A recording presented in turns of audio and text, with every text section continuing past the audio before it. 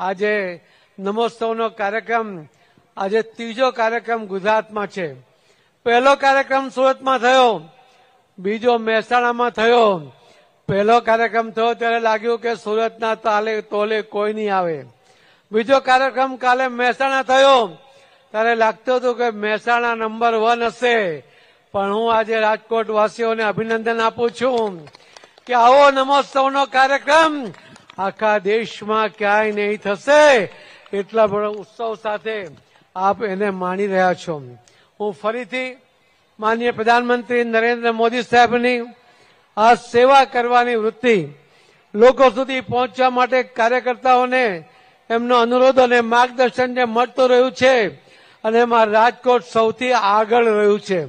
આખા ગુજરાતમાં જો ભારતીય જનતા પાર્ટીનો પ્રચાર અને પ્રસાર થયો એમાં સૌથી પહેલા રાજકોટ આગળ રહ્યું છે। રાજકોટની બેંક હોય કે રાજકોટના કાર્યકર્તા અને દાનવીરો હોય, એમણે જયારે આ સેવાકીય પ્રવૃત્તિઓ ઉપાડી એના કારણે ભારતીય જનતા પાર્ટીના કાર્યકર્તાને માર્ગદર્શન મળ્યું અને એક તાકાત પણ મળી છે।